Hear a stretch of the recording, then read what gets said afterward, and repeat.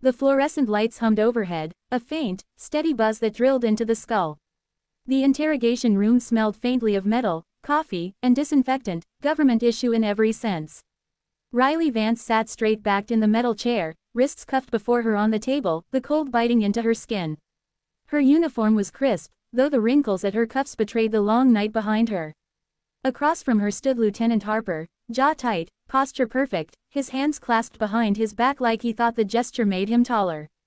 "Name," he demanded, his tone sharp enough to cut through the silence. "Commander Riley Vance," she said.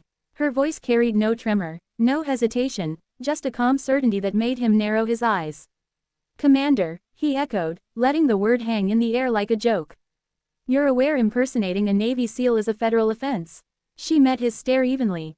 "I'm aware." Harper leaned over the table, close enough for her to smell the coffee on his breath. "Then maybe you can tell me why there's no record of you in the system." "No Commander Riley Vance. No SEAL. No nothing. You don't exist." She blinked slowly. "That's the point." He scoffed and straightened, pacing around her chair. "The point," he repeated, his voice rising. "You think this is a game? You were arrested on base wearing a uniform you have no right to wear, carrying forged credentials, and spouting operational jargon you probably picked up on YouTube. So, if this is a game, I'd say you're losing." Riley didn't turn to follow him. She stared straight ahead, eyes distant but alert. "You ever been deployed, Lieutenant?" His pacing stopped. "What's that supposed to mean?" "It means," she said quietly, "you sound like a man who's never been far enough from a desk to understand what's buried under it." His face flushed red. "You don't get to mouth off here. You're not the one asking questions." He slammed a folder onto the table. The papers inside spilled out. Photographs, blurry surveillance stills, a confiscated sidearm, a set of dog tags. "These are your lies. We ran your prints, your DNA, nothing. Not a match to any service member, living or dead. So I'll ask again, who are you really?" Riley's eyes flicked to the dog tags. The edges were worn smooth, the letters nearly faded. For the briefest moment, something, grief, maybe, flickered across her face. Then it was gone. "I told you," she said.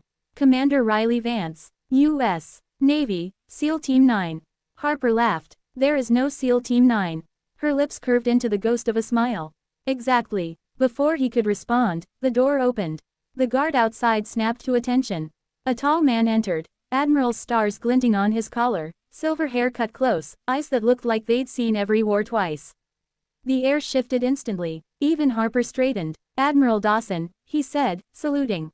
"Sir, we're in the middle of an interrogation." "The suspect isn't a suspect," the admiral interrupted quietly, his gaze fixed on Riley. He studied her face with an intensity that silenced the room.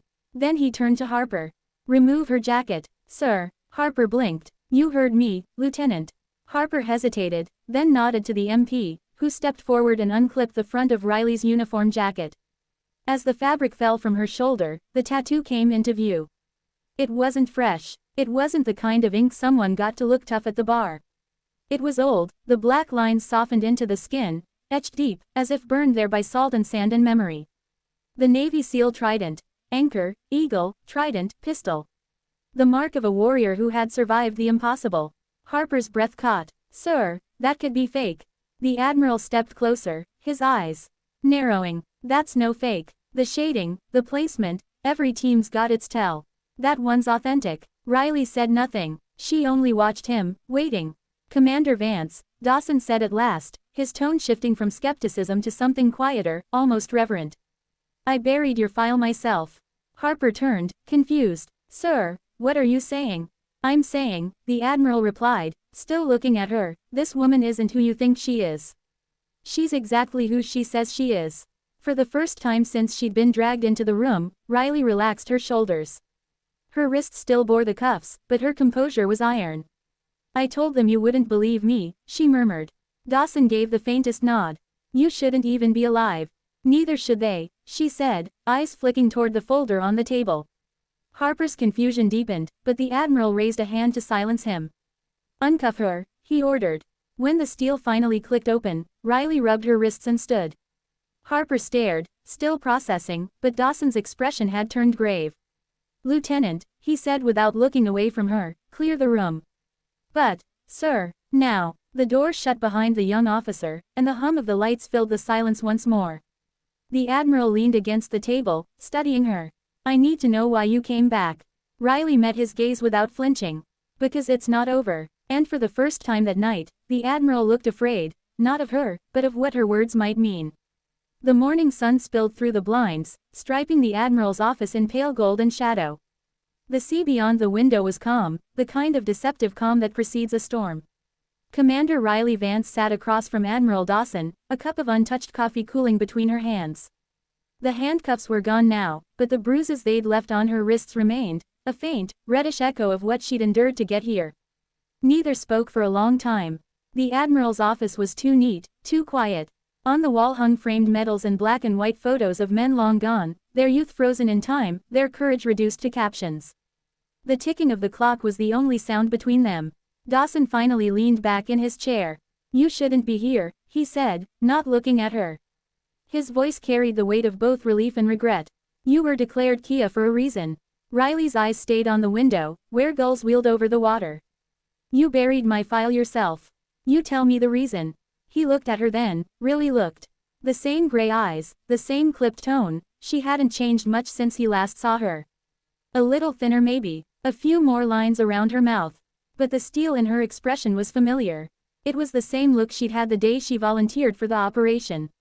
That mission wasn't supposed to exist, he said slowly. Team 9 wasn't supposed to exist.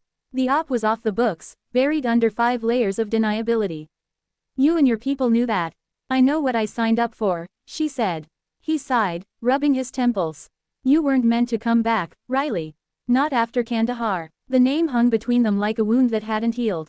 Riley finally looked at him. That's the thing about ghosts, she said quietly. Sometimes they come home. He frowned. Why now? Why after all this time? Her fingers tightened around the coffee cup. Because someone's moving pieces that shouldn't exist anymore. You remember Commander Ruiz? My XO. Of course. They used his credentials to open a weapons transfer channel in Turkey. A ghost account. His biometric key was burned after he died, but the signal was real. Someone replicated it. Dawson's face hardened. You're saying, someone inside the system is resurrecting the dead. I'm saying, Riley said, leaning forward, that whatever we uncovered in Kandahar, the shipment, the private contracts, the backdoor deals, it wasn't buried as deep as you thought. Someone's digging it up. He studied her for a moment, his jaw tightening. And you want to finish the job. I want justice, she said. For my team. The Admiral was silent for a long time, the weight of her words pressing down on the room. He turned to the window, watching the waves crash against the seawall. You know what reopening this means.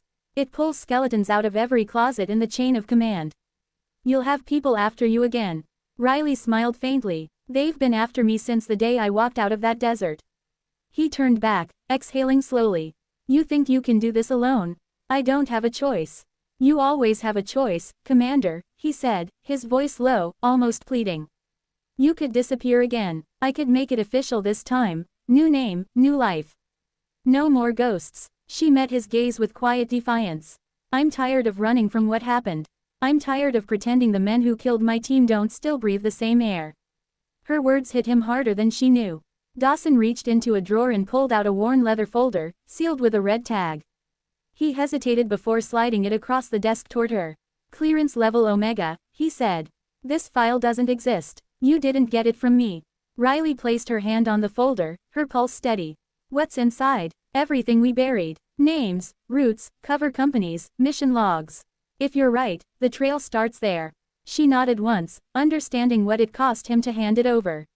You're risking your career. He gave a small, humorless smile. At my age, what's left to risk? The room went quiet again. Outside, a gull screamed and dove toward the water. The Admiral stood, moving to the window. I kept your name alive in one place, he said softly. In the wall at Coronado. The memorial. Your team's names are there. Yours is too. I know, she said, rising from her chair. I went there before coming here. He turned, his expression unreadable. And what did you feel, seeing it? Anger, she admitted. But not at you. He nodded once, the silence stretching. Then, with a resigned exhale, he reached out his hand.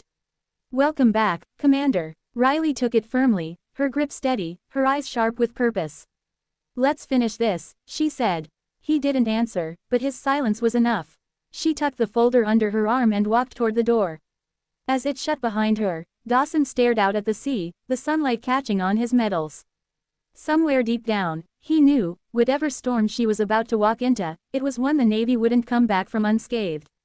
Outside, the wind carried the faint cry of gulls and the far-off rumble of waves against the pier. Riley didn't look back. She'd already spent too long among ghosts.